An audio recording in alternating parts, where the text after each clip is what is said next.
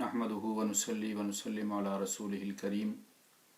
اما بعد فاعوذ بالله من الشیطان الرجیم بسم اللہ الرحمن الرحیم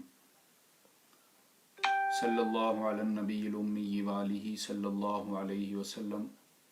صلاة و سلاما علیک یا سیدی یا رسول اللہ وعلی آلک و اصحابک یا سیدی یا حبیب اللہ صلی اللہ تعالی علیہ وسلم مولا صلی وسلم دائما ابدا علی حبیبک خیر الخلق کلہم فهو الحبیب الذی ترجى شفاعته لكل حول من الاحوال مقتحم یا رب بالمصطفى بلغ مقاصدنا واغفر لنا ما مضى یا واسع الکرم یا رب صل وسلم دائما ابدا علی حبیبک خیر الخلق کلہم صلی اللہ تعالی علیہ وسلم۔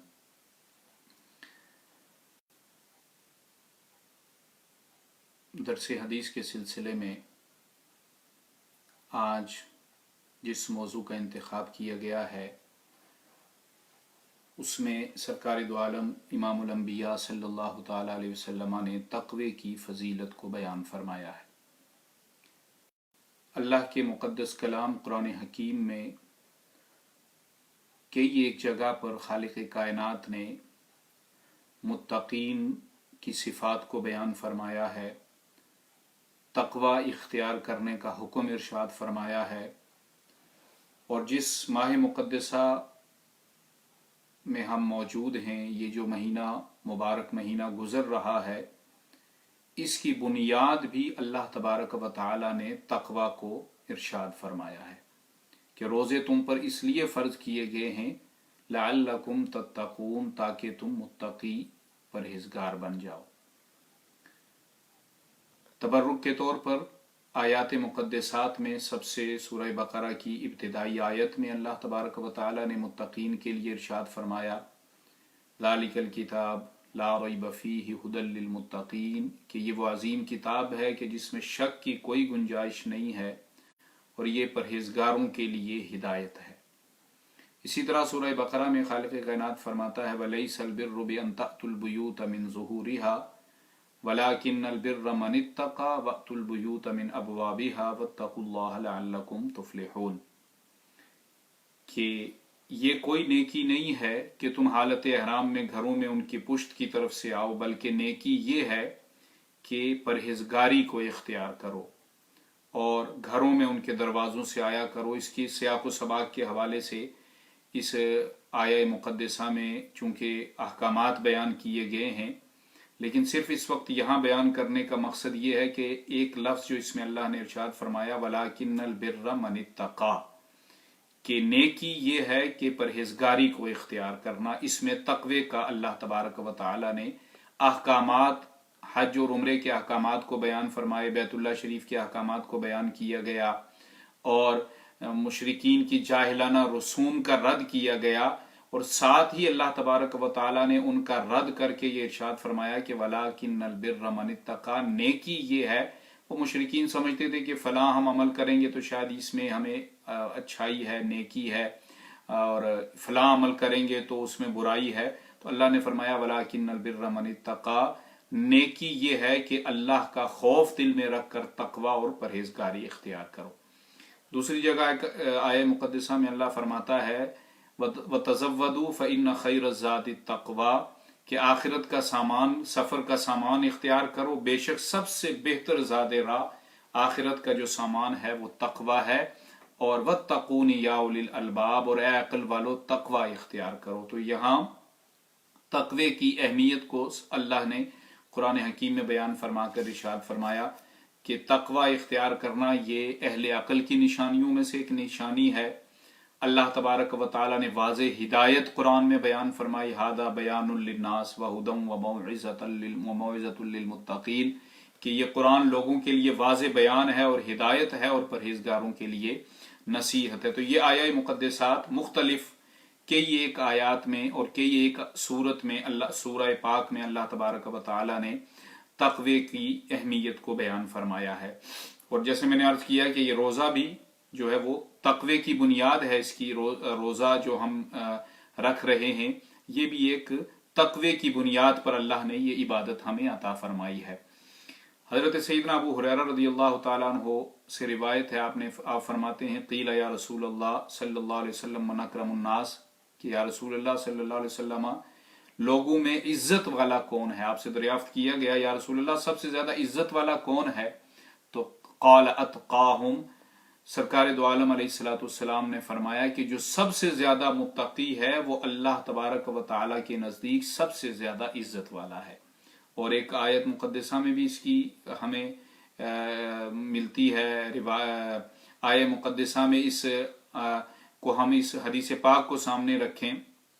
تو اللہ نے فرمایا ان اکرمکم عند اللہ اتقاکم، کہ بے شک تمہارے لوگوں کے درمیان، اہل ایمان کے درمیان اللہ کے نزدیک عزت والا کون ہے، عظمت والا کون ہے، کرامت اللہ نے کسے عطا فرمائی ہے، کرام اکرام کسے اللہ نے عطا فرمایا ہے، اتقاکم، جو تم میں سے زیادہ متقی اور پرہیزگار ہے۔ تو اللہ تبارک و تعالیٰ نے اسے دنیا کی بھی عزت عطا فرمائی ہے اور اللہ تبارک و تعالیٰ اسے آخرت کی بھی عزت عطا فرماتا ہے۔ اور سرکار نے فرمایا، حضرت عدی بن حاتم بیان کرتے ہیں، نبی پاک صلی اللہ علیہ وسلم نے فرمایا کہ جہنم سے بچو خواہ کھجور کا ایک چھلکا بطور صدقہ دے کر، یعنی یہ صدقہ کرنا، کھجور کا ایک چھلکا بھی صدقہ کرنا، اس کو بھی تقوی کے زمرے میں شمار کیا گیا ہے۔ اور سرکار دو عالم علیہ الصلوۃ والسلام نے مجاہدین کی بڑی فضیلت کو بیان کیا گیا۔ سرکار دو عالم علیہ الصلوۃ والسلام نے فرمایا مومن یجاہد فی سبیل اللہ بنفسہ ومالہ، کہ مجاہد وہ ہے، مومن مجاہد وہ ہے جو اللہ کے راستے میں اپنے نفس سے اور اپنے مال سے جو ہے وہ جہاد کرتا ہے۔ پھر سرکار نے صحابہ نے عرض کیا یا رسول اللہ قالوا ثم من، پھر اس کے بعد کس کی اہمیت ہے؟ تو سرکار دو عالم علیہ الصلوۃ والسلام نے فرمایا مؤمن فی شعب من الشعاب یتقی اللہ ویدعو الناس من شرہ، کہ اس کے بعد وہ ایمان والا افضل ہے کہ جو اللہ سے ڈرتے ہوئے کسی پہاڑ کی گھاٹی میں سکونت پذیر ہو اور لوگوں کو اپنے ضرر سے محفوظ رکھے، یعنی اس کے ضر سے، اس کے شرر سے لوگ محفوظ رہیں۔ تو یہ بھی تقوی کی ایک قسم سرکار دو عالم صلی اللہ تعالیٰ علیہ وسلم نے بیان فرمائی ہے۔ تقوی، اس سے معلوم ہوا اس حدیث پاک سے کہ تقوی صرف یہ نہیں ہے کہ انسان نیکیاں کرے اور فرائض کو پورا کرے، حج اور عمرے کرے، صدقہ و خیرات کرے، اپنے اموال کی زکوٰۃ ادا کرے، یقیناً یہ نیکیاں ہیں، یہ تقوی کا راستہ عطا فرمانے والی نیکیاں ہیں، لیکن سرکار دو عالم علیہ الصلوۃ والسلام نے فرمایا کہ اگر تمہارے شر سے، تمہارے فتنے سے، تمہاری شرارت سے، تمہارے گناہ سے دوسرا مسلمان بچ جائے تو یہ بھی تقوی ہے، یہ بھی تمہارے لیے تقوی کا ایک راستہ ہے۔ تو ان احادیث طیبات میں سرکار دو عالم صلی اللہ تعالیٰ علیہ وسلم اور صوفیاء جو ہیں وہ تصوف کے اہل تصوف جو فرماتے ہیں کہ وہ تقوی کیا ہے، وہ تقوی یہ ہے کہ دلوں کو قدرتوں سے صاف کر کے صدق اختیار کرنا۔ یہ اللہ تبارک و تعالیٰ کے جو مقبول بندے ہیں، محبوب بندے ہیں، وہ کہتے ہیں کہ تقوی کی ایک قسم یہ بھی ہے کہ انسان دلوں کی قدرتوں کو دور کر دے اور نیکی کے ساتھ ساتھ فرائض اور واجبات کو ادا کرنے کے ساتھ ساتھ اس کا دل جو ہے وہ صدق کو اختیار کرے اور ہر قسم کی برائیوں سے اپنے آپ کو، ظاہری باطنی برائیوں سے اپنے آپ کو پاک کر لے۔ تو یہ بھی تقوی کی ایک قسم اہل تصوف نے اور صوفیاء نے بیان فرمائی ہے۔ شریعت کا تو حکم اہل تصوف یہ بیان کرتے ہیں کہ شریعت کا تو یہ حکم ہے کہ اللہ اور اس کے رسول صلی اللہ علیہ وسلم کی اطاعت اور فرمانبرداری کرنا، اور شریعت کے معارف کیا ہیں کہ ہر نفع اور نقصان کا مالک اللہ کو سمجھنا اور ہر ایک کام کا ہونا یا نہ ہونے کو اللہ تبارک و تعالیٰ پر موقوف کرنا، اور دنیا کو فانی سمجھنا اور آخرت کی زندگی کو، اخروی زندگی کو بقا اور ہمیشہ کے لیے سمجھنا، یہ شریعت کے معارف ہیں، ان سے شریعت کی معرفت حاصل ہوتی ہے، صوفیاء فرماتے ہیں۔ اور طریقت کی وہ فرماتے ہیں کہ طریقت بھی ایک تقوی کی ایک قسم میں سے، طریقت کس طرف لے جاتی ہے، تقوی کے کس قسم کی طرف لے کر جاتی ہے کہ ادائے فرض کرنے کے بعد اللہ اور اس کے رسول صلی اللہ علیہ وسلم کے احکامات کو ماننے کے بعد وہ تقرب الی اللہ کی جستجو کرے، وہ بندہ اللہ کے قرب کی جستجو کرے، تو یہ تقوی جو ہے وہ طریقت کی طرف پھر لے کر جاتا ہے۔ تو یہ تو صوفیاء نے، اہل تصوف نے مختلف معانی بیان کیے ہیں، لیکن مقصد بیان کرنے کا یہ ہے کہ تقوی صرف یہ نہیں ہے کہ ہم صرف ظاہری طور پر نیکیاں کریں اور ہمارا باطن جو ہے وہ نیکیوں سے دور ہو۔ ظاہری طور پر ہم نیکیاں کریں لیکن ہماری ذات سے کسی کو تکلیف پہنچے، ہماری ذات سے کسی کو کوئی نقصان پہنچے، ہماری ذات سے کسی کو کوئی شرر اور نقصان پہنچے، یہ جو ہے وہ ایک طرف تقوی آدمی اختیار کرے اور دوسری طرف جو ہے وہ اس کی ذات سے دوسرے مسلمان بھائی کو کوئی تکلیف پہنچے، اسے کوئی نقصان پہنچے، تو یہ تقوی اختیار کرنا نہیں ہے، بلکہ تقوی اختیار کرنا یہ ہے کہ سرکار دو عالم علیہ السلام نے فرمایا کہ انسان کے، مسلمان کے شر سے دوسرا محفوظ ہو جائے، وہ اللہ کا خوف دل میں رکھ کر اس کی معرفت اور اس کے قرب کی جستجو کرے۔ اور سرکار دو عالم علیہ السلام ہمیشہ یہ دعا فرمایا کرتے تھے کہ اللہم انی اسألک الہدی والتقی والعفاف والغنی، کہ اے اللہ میں تجھ سے ہدایت کا سوال کرتا ہوں، میں تجھ سے تقوی کا سوال کرتا ہوں، میں تجھ سے پاک دامنی کا سوال کرتا ہوں، اور تجھ سے میں غنا کا سوال کرتا ہوں۔ تو یہ خوبصورت دعا بھی سرکار دو عالم علیہ السلام نے ہمیں تعلیم فرمائی ہے کہ جو ہمیں ہدایت کی، اللہ کی بارگاہ میں ہدایت حاصل کرنے کا، سوال کرنے کا ہمیں طریقہ بتا رہی ہے یہ دعا، اور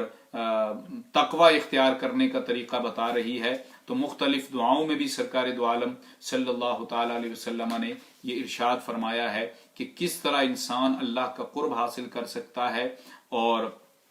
کس طرح وہ اپنے آپ کو ان گناہوں سے، برائیوں سے بچا کر اللہ تبارک و تعالیٰ کی بارگاہ میں مقبول بنا سکتا ہے۔ تو بہت ساری تقوی کی اقسام ہیں۔ اللہ کریم سے دعا ہے کہ اللہ تبارک و تعالیٰ ہمیں صحیح طریقے سے جو قرآن نے تقوی کی اور متقین کی جو صفات بیان فرمائی ہیں، اللہ تبارک و تعالیٰ ہمیں ان صفات پر پورا اترنے کی توفیق عطا فرمائے، اور جو اللہ تبارک و تعالیٰ نے قرآن ہمیں ہدایت کے لیے عطا فرمایا ہے، جو تقوی اختیار کرنے کے لیے جو مقدس کلام ہمیں عطا فرمایا ہے، اللہ تبارک و تعالیٰ اس مقدس کلام سے ہمیں ہدایت اور رہنمائی حاصل کرنے کی توفیق عطا فرمائے۔ اور جیسے میں نے کل بھی عرض کیا تھا کہ آج 3 رمضان المبارک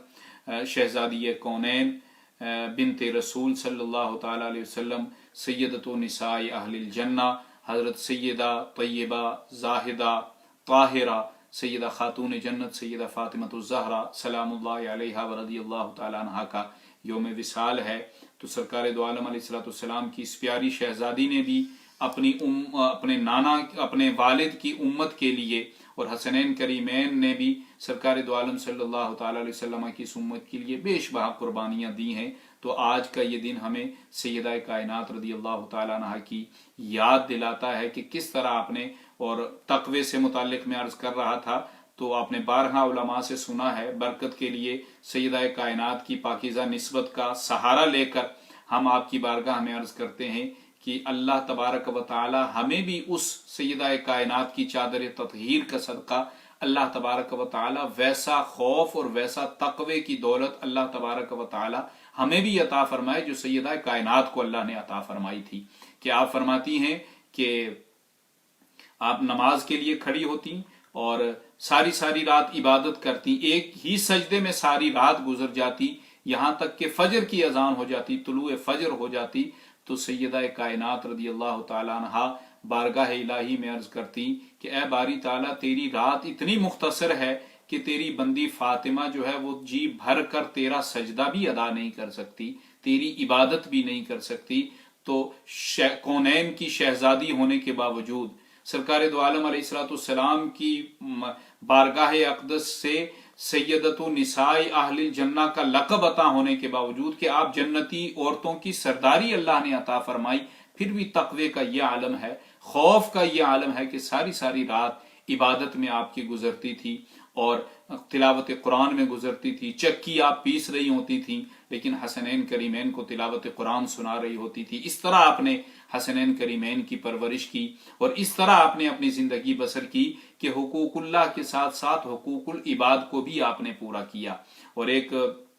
واقعہ آتا ہے آپ کی حیات طیبہ میں کہ آپ کو ساری رات بخار رہا، شدید بخار رہا، لیکن اس کے باوجود آپ مسلح پر کھڑی ہو کر اللہ کی عبادت کرتی رہیں، اور اللہ کی عبادت کرنے کے بعد فجر کی نماز ادا کرنے کے بعد مولا کائنات سیدنا علی المرتضیٰ رضی اللہ تعالیٰ عنہ فرماتے ہیں کہ میں دیکھ رہا ہوں کہ سیدہ فاطمہ جو ہے وہ گھر کے کام کاج میں مصروف ہو گئی ہیں اور چکی پیس رہی ہیں، تو ساری رات بخار کی حالت میں اللہ کی عبادت کو بھی نہیں چھوڑا اور حقوق اللہ کو بھی نہیں چھوڑا، اور اپنے گھر والوں کے جو حقوق ہیں، حقوق العباد، انہیں بھی پورا کرنے کی کوشش کی۔ تو یہ سیدہ کائنات رضی اللہ تعالی عنہا کہ اللہ کی بارگاہ سے اور اللہ کے محبوب کی بارگاہ سے ہر چیز آپ کو عطا کی گئی، جنت عطا کی گئی، جنت کی سرداری عطا کی گئی، لیکن اس کے باوجود آپ نے تقوی کو اختیار کیا، اور ہم کو یہ تعلیمات ارشاد فرمائی کہ اس کے باوجود اگر میں سرکار دو عالم امام الانبیاء صلی اللہ علیہ وسلم کی بیٹی ہو کر میں اللہ کی بارگاہ میں سربسجود ہونے کے لیے ہر وقت حاضر ہوں اور اللہ کا خوف دل میں رکھتی ہوں، اس کے قرب کی تمنا رکھتی ہوں، تو ہمیں بھی چاہیے کہ ہم سیدہ کائنات رضی اللہ تعالیٰ عنہ کا نام لیوا جو ہیں، ہمیں بھی چاہیے کہ ہم ان کی زندگی سے، ان کی حیات طیبہ سے کچھ نہ کچھ تو لیسن حاصل کریں، کچھ نہ کچھ تو سبق حاصل کریں، کہ ان کی ہماری عورتیں، ہماری خواتین ان سے سبق حاصل کریں، ان کی زندگی سے، ان کی حیات طیبہ سے، کہ انہوں نے کس طرح سے زندگی گزاری ہے۔ انہوں نے حقوق اللہ کو بھی پورا کیا ہے، بال بچوں کی پرورش بھی کی ہے، اور حقوق العباد کو بھی پورا کیا ہے۔ آج یہ حال ہے کہ ہم حقوق اللہ کو پورا کرنے کی، ہماری خواتین مرد اگر حقوق اللہ کو پورا کرنے کی کوشش کریں تو حقوق العباد رہ جاتے ہیں، حقوق العباد کو پورا کرنے کی کوشش کریں تو حقوق اللہ رہ جاتے ہیں، یعنی ہم سے بیلنس نہیں ہو سکتا زندگی میں۔ لیکن اس مشکل دور میں کہ جب ہر کام اپنے ہاتھ سے کرنا، اور اتنی آسائش، اتنی آسانیاں بھی نہیں تھیں، سیدہ کائنات رضی اللہ تعالی عنہ نے ہمیں یہ کر کے بتایا ہے کہ تقوی کس طرح اختیار کیا جاتا ہے، اللہ کا قرب کس طرح حاصل کیا جاتا ہے، اور حقوق اللہ کے ساتھ ساتھ حقوق العباد کو کس طرح پورا کیا جاتا ہے، گھر کس طرح چلایا جاتا ہے، اور اللہ کے حق کو کس طرح پورا کیا جاتا ہے۔ تو صرف نام لینے سے یا ان کی یاد میں ان کا ذکر کرنے سے، صرف ان کے یوم وصال پر ذکر کرنے سے بات نہیں بنے گی، جب تک سیدہ کائنات رضی اللہ تعالیٰ عنہ کی حیات طیبات کے یہ روشن پہلو جو ہیں ان کو ہم اپنانے کی کوشش نہیں کریں گے، خواتین ان کو اپنانے کی کوشش نہیں کریں گی، اپنے آل اولاد اور اپنے اہل و عیال اور اپنے گھر والوں کے حقوق کو اس طرح پورا کرنے کی کوشش نہیں کریں گی جس طرح سیدہ کائنات رضی اللہ تعالیٰ عنہ نے بتایا یا امہات المؤمنین نے اپنی زندگیاں بسر کی ہیں۔ تبھی اللہ تبارک و تعالی ان نیک ہستیوں اور ان برگزیدہ ہستیوں کے فیوز و برکات ہمیں عطا فرمائے گا۔ خالق کائنات سے دعا ہے کہ اللہ تبارک و تعالی سیدہ کائنات کے یوم وصال کا صدقہ امت مصطفیٰ پر اپنا رحم و کرم نازل فرمائے، اور ہمارا تو آسرا ہی سرکار کی آل مطہرہ ہے، سرکار کی لاڈلی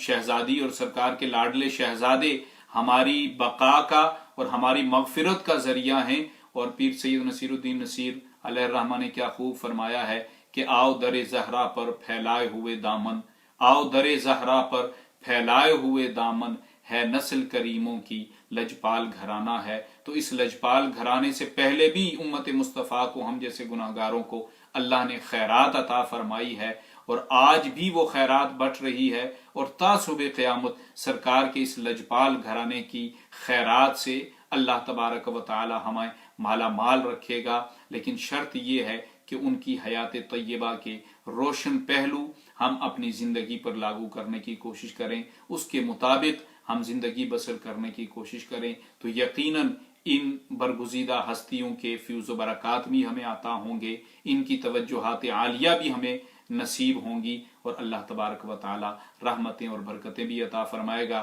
انشاءاللہ افطاری کے وقت یہاں یو کے ٹائم میں جو ہم دعا کرتے ہیں، افطاری کے وقت میں نے کل بھی عرض کیا تھا کہ سیدہ کائنات رضی اللہ تعالیٰ عنہ کی پاکیزہ نسبت کا سہارا لے کر آج ہم دعا کریں گے، اور آپ کی بارگاہ میں ایصال ثواب بھی کریں گے۔ کچھ کئی ساتھیوں نے یہاں قرآن حکیم اور ذکر و اذکار مجھے میسیجز کے ذریعے بتایا ہے، انشاءاللہ اسے بھی دعا میں شامل کریں گے، اور باقی جو ذکر و اذکار اور دعا میں کلمات طیبات شامل کرنا چاہیں، سیدہ کائنات کے ایصال ثواب کے لیے وہ بھی افطاری کے وقت تک بتا دیں، انشاءاللہ اسے دعا میں شامل کیا جائے گا۔ رب کعبہ سے دعا ہے کہ اللہ تبارک و تعالی سیدہ کائنات رضی اللہ تعالی عنہا کے ذکر خیر کا صدقہ اور سرکار دو عالم علیہ الصلوۃ والسلام کی حدیث مبارکہ کے ذکر کا صدقہ اللہ تبارک و تعالی امت مسلمہ پر اپنا رحم و کرم نازل فرمائے، بیماروں کو شفا عطا فرمائے، اور اس وقت پوری انسانیت پر جو آزمائش اور ابتلا کا وقت ہے، اللہ تبارک و تعالی اس ابتلا کو دور فرمائے، اس سے ہمیں نجات عطا فرمائے، عافیت، سلامتی اور خیر والی زندگی عطا فرمائے، تقوی والی، برکتوں والی اور رحمتوں والی زندگی عطا فرمائے۔ وما علی الا البلاغ المبین۔ السلام علیکم ورحمۃ اللہ وبرکاتہ۔